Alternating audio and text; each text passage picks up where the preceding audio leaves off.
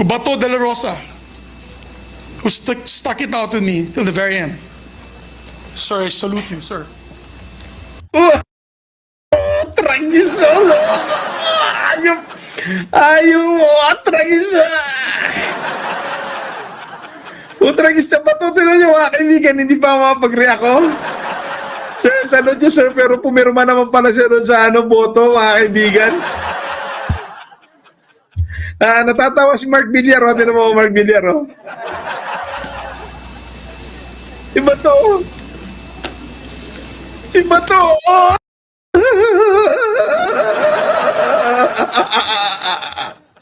Andali. Andali, Bato, Bato. Oh my God. Si Bato!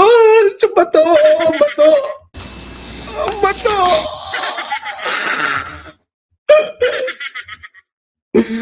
Talaga.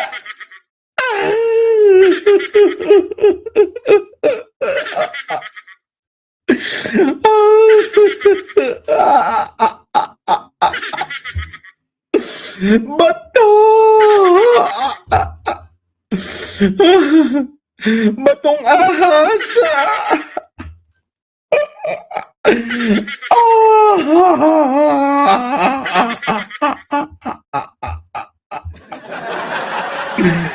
Batong ahas! Malaya bato ito, kaibigan.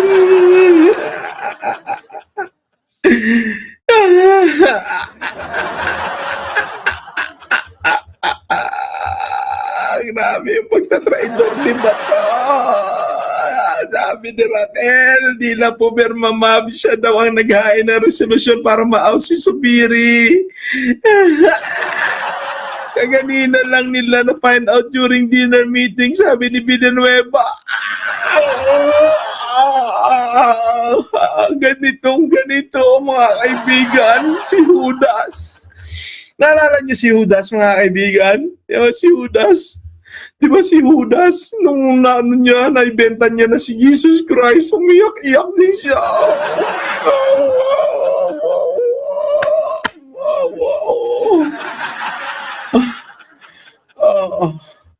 Tunay po pala na nagpanukala nito na gawin ito.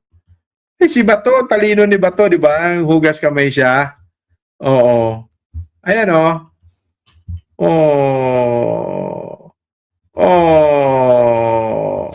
Ayan o mga kaibigan. Ang sabi po dito, watch, former Senate Majority Floor Leader Joel Villanueva said they only found out during dinner on Monday night, May 20, that Senator Bato de la Rosa signed the resolution replacing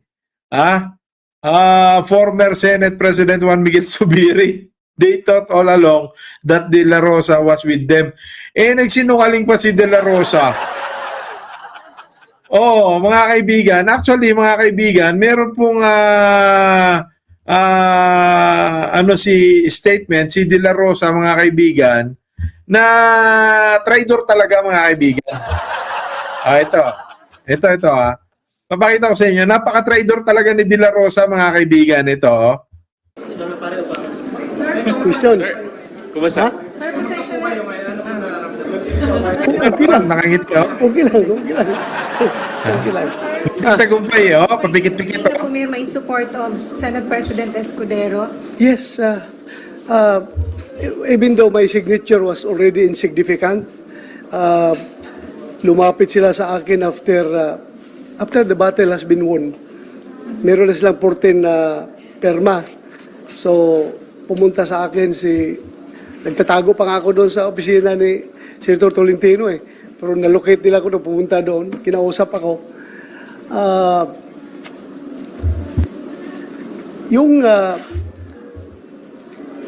Nagtatago daw siya, mga kaibigan, Nahirapan siya kayo magsinungaling, Sabihan ako na kahit na hindi na kailangan yung perma. Sorry, hindi pala siya nahirapan magsinungaling, Oo, talagang natural to. Natural talent niya talaga pagsisinungaling, Because they already have 14. And you only need 13 to unseat the Senate President. kahit na hindi na kailangan, immaterial na yan, kung pipirma ako hindi, but still, narinig nila na I was poised to join the minority.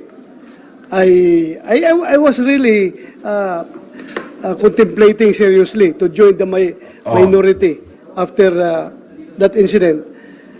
But I was persuaded by Senator Chis and Senator Alan Cayetano na please stay with the majority. Huwag kang pumunta sa minority. So, Sinungaling, oh. sumama ka na lang dito sa majority. And ang mas mabigat na rason dyan talaga is that among us three magkabats na PDP senators, Senator Bungo, Senator Tolentino, and myself, we forged a covenant na majority wins. In every voting situation, talagang kung lalabas sa voting is 2 against 1, obligado yung 1 sumunod doon sa 2, sumama sa 2. So, in this case, nangyari sa silang dalawa talaga ay nag-decide na sumuporta kay Senator Jesus Escudero. Ako ay naiwan. I want to stay with ayaw ko sana. Pero yun nga, may usapan kami na obligadong sumama. So, yun. Sinungaling ang putragis na kalbo na ito. Grabe ka sinungaling nitong taon to. Isipin nyo ha, siya yung nag-file mga kaibigan para patalsikin si Subiri. Tapos ngayon naghuhugas kamay siya na wala daw siyang magawa kasi dalawa na daw si Bongo at saka si Tolentino. Dahil daw 2 against 1. Grabing tao. Di ba nakikita nyo na mga kababayan? Grabing traidor ng tao na to. Isipin mo, siya yung gumawa ng proposal na patalsikin si Mig Subiri. Ngayon, sabi niya ngayon, kailangan niya daw sumama doon sa dalawa kasi may usapan silang tatlo na pag magbubutuhan daw, 2 against 1. Ayaw niya daw sana na patalsikin si Subiri. Grabing traidor. Grabing traidor mga kaibigan nito, di ba? Ayaw niya daw sana, pero siya yung nagpanukala, siya yung nag-submit ng resolution na palitan si Subiri. Pero ayaw niya daw sana. Grabing traidor mga kaibigan. Pinirmahan ko yung resolution, but that was already immaterial because they already have 14 that they have already declared victory. But at least on my part, masaya rin ako kahit because Senator Chis is a very magnanimous victor. Kahit alam niya hindi na kailangan yung boto ko, still, kinumbinsi pa rin niya ako na sumama sa majority. Well, kasi yung nakapirma ako before mag-start ang session. Di ba? Pumasok ako doon. Tapos ngayon, nung sinaluduhan ako ni Migs, talaga hindi ko napigilan, napaiyak ako dahil for me, being a good soldier, being a good gusto soldier, ko sabihin kay Migs doon isa, grabe ito magbuhat ng bangko, being a good soldier. Grabe, no? For me, being a good soldier. Grabe itong pugo, sorry, boss. I failed to win the war for you. Because I am one of his trusted lieutenants. Ang kanyang mission sa akin is talagang i-secure yung aking partido, yung PDP na patuloy na magsuporta sa kanya. But still, as I have said, meron kaming usapan, kaming tatlo, Senator Bungo, Senator Tolentino, na majority rules. Lalabas 3 against 1, obligado sasama yung 1 doon sa decision. So, at hindi ko, yung bang, as I've said, feeling ko, being a good soldier, I would like to convey the message to him that, my commander, I'm so sorry. We lost the war. I failed to win the war for you. Ikaw ang trumaydor sa commander mo eh. Yes, kaya ako napaiyak. Dahil nga, hindi naman sasama ng loob, para bang, nahiya ako sa kanya. Oh. Dahil Nahiya, hindi ko napanalo yung gira para sa kanya. Ikaw ang nagpatalo eh. Ikaw ang pumirma sa resolution eh. Di ba?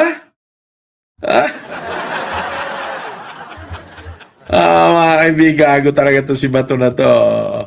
Niyo po sinabi kay Sen. Diggs before mag-start yung session na sumama kayo doon sa grupo ni Sen. Well, nandoon kami sa opisina ni Migs before, before mag-start.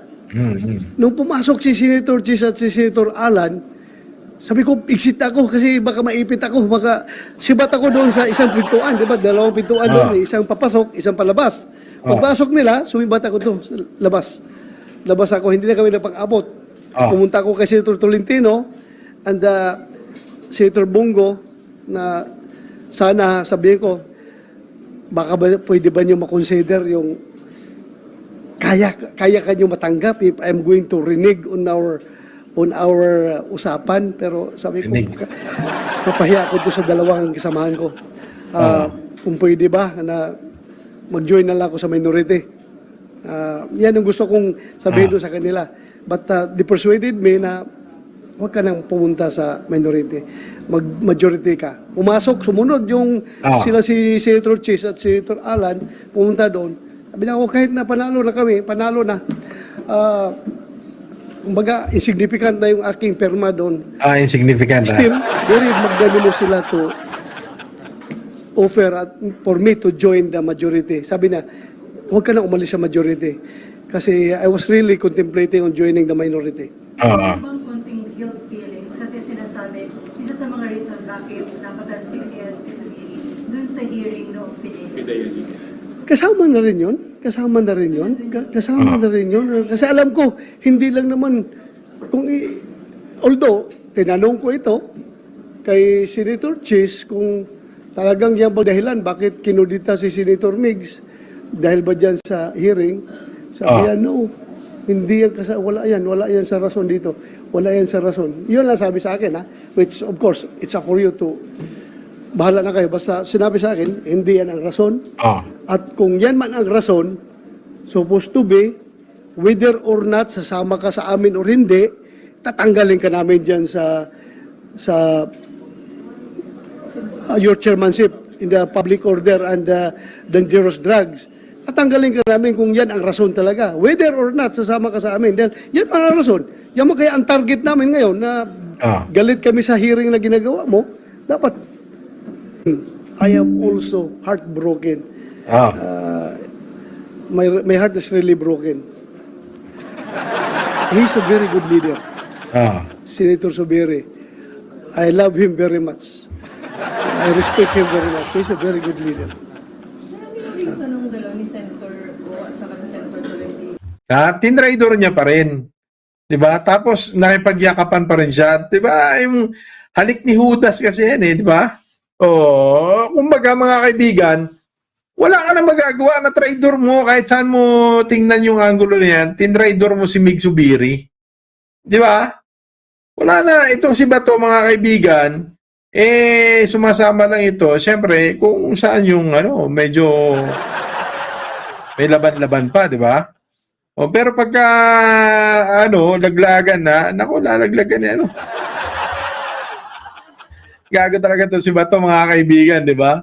Isipin mo, pumirma siya sa resolusyon na 'yon. Tapos paiyak-iyak pa siya doon sa Senado.